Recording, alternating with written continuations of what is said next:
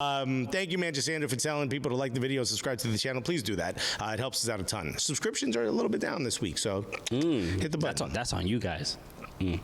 Dan said 50+1. Let's finish the statement. 10% ownership by the fans is really not that big of a deal. You're not really winning anything with 10%. Right. But is that a little bit of a, oh, I'm gonna give you something so you stop complaining, or is that like a step in the right direction? It's I think it's a little bit of both. Is it going to get to a point where You think it's appeasing the fans, or it's actually giving the fans what they want? Look, Should the fans own a part of the team? Who are you? Like, we know Roman's a bad guy, but how we know y'all are good? now there's more opportunities to have terrible people involved. Oh, you mean the people who pushed a black dude off the train singing we're racist and that's the way we like it? Y'all gonna own 10%? Right. I mean, look, old White Hood FC over there? When it comes to just the concept of fan ownership, I think fans feel better about supporting the product if they know there isn't blood all over it. You know what I mean? Like, that's just... There's still blood on it. It's just 10%. That's nothing. No. I'm just saying, obviously, to have an actual influence, an actual say, 50+1 would have to be the number. But but as far as having some say, I don't know. Look, it's not going to make much of a difference because obviously 10% is nothing. If whoever is on the board that really has more influence or has a higher percentage and can help in making those decisions, or just makes those decisions outright, you're not gonna overtake anyone else who has a higher stake in the club. So 10%, yeah, it doesn't mean anything, but I think fans having some influence or some say into how the club is run. Well, that's you assuming that 10% gives them influence or say.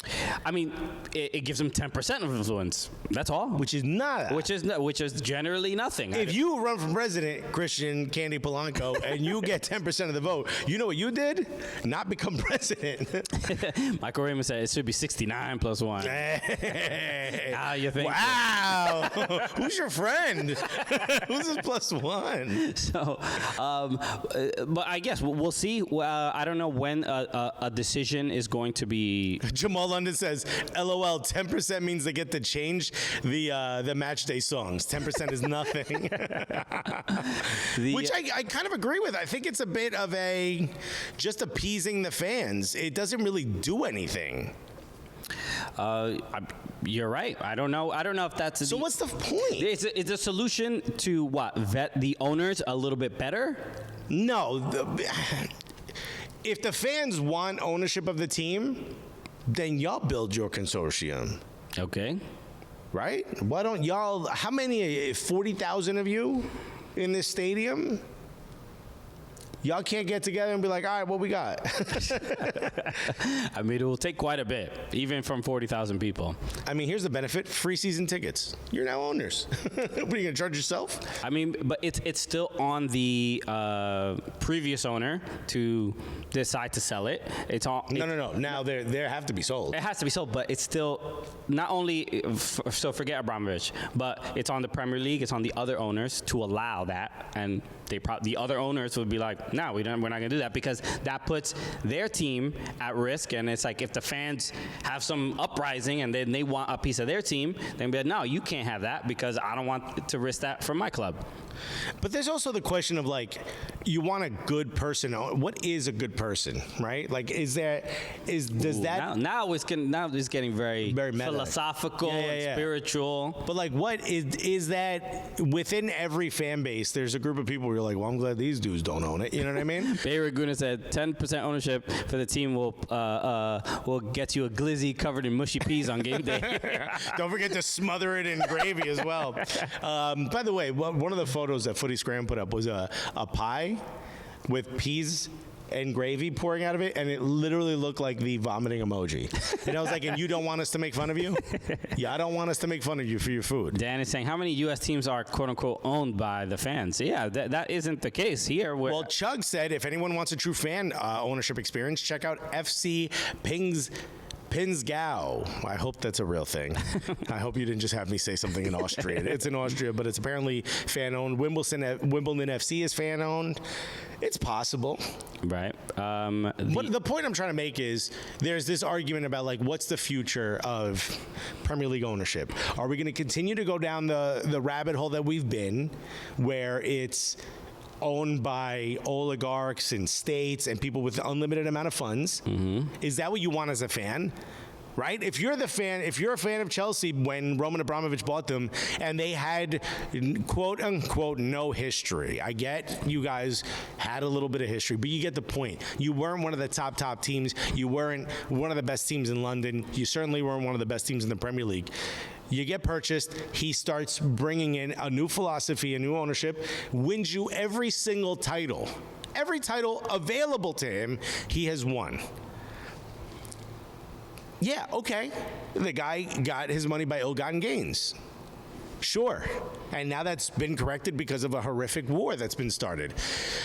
Who do you want next? Do you want the same thing? Because who cares? He won. We'll deal the repercussions and the moral police after that. Is that what you want? Or do you want someone who is quote unquote a better person, someone who walks in and says, look, I have no, ties to anything weird. It's straight up my money. I'm out here selling candy. Look, it's kids, but we'll deal with it. And now they have the money to buy the team. And maybe you don't win as much. Is that what you want? Probably not. I mean, we had this, we talked about like how banter is the currency of the Premier League fan.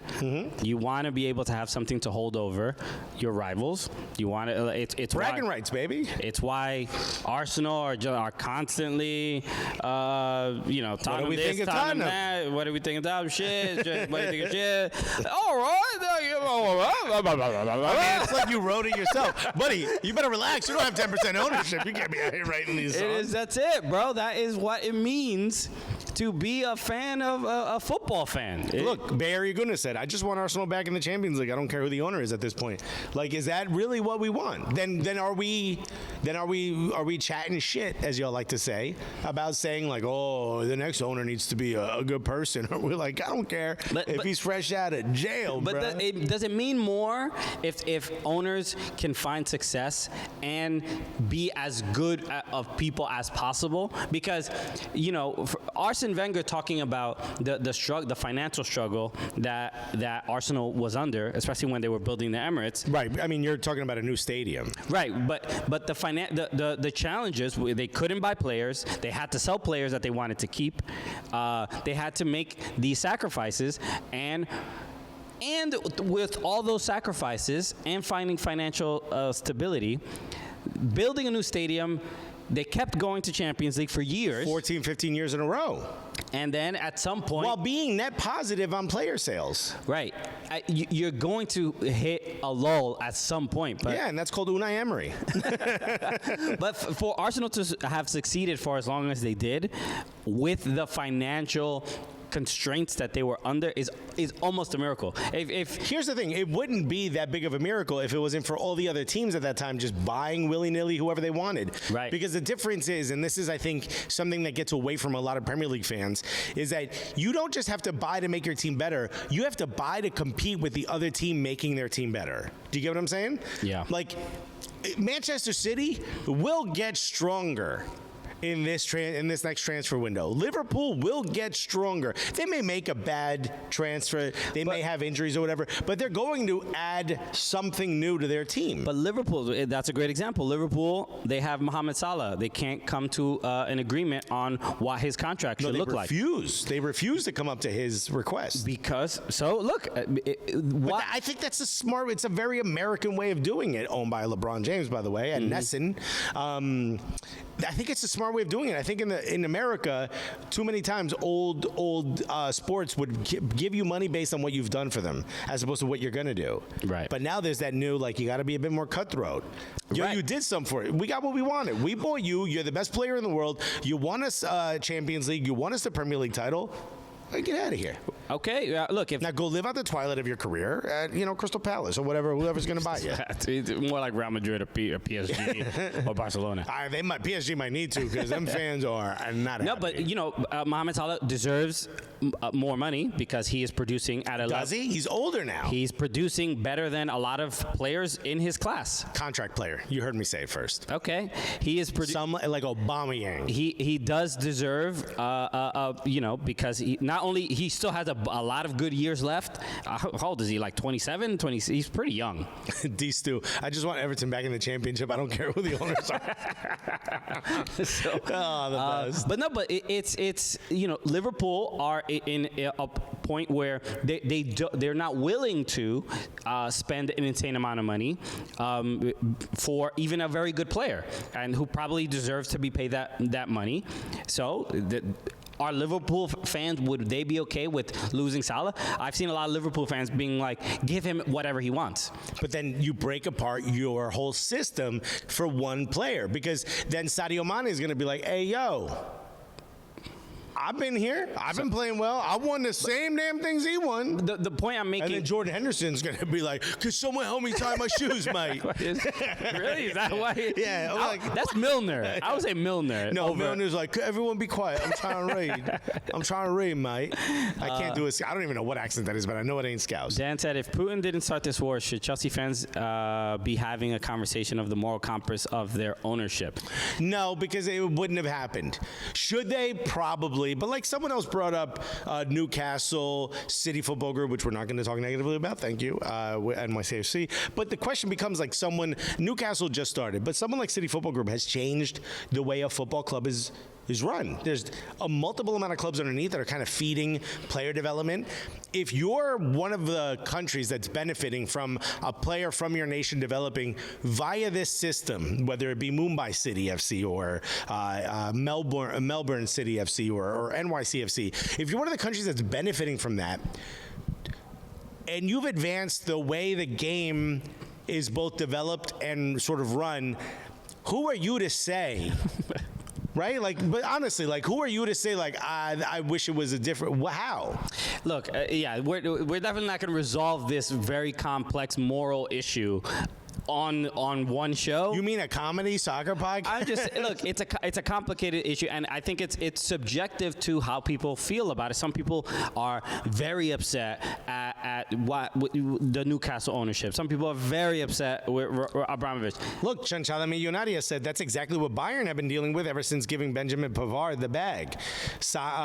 Leroy Sané and Gnabry had thoughts on the matter. Yeah, they want Gnabry might be leaving. Gnabry's posting pictures of him in Arsenal shirts. Yes, but come back. This is the challenge because players can demand this kind of money. Owners who have a lot of it can keep a lot of these players together and keep them happy. Is that what fans want? Because everything comes at a cost. You have to sacrifice something. You want the best players in the world? Well, somebody has to pay for it, and the way that person got that money to pay for it might not be the best way that a way that you would appreciate that they got that money.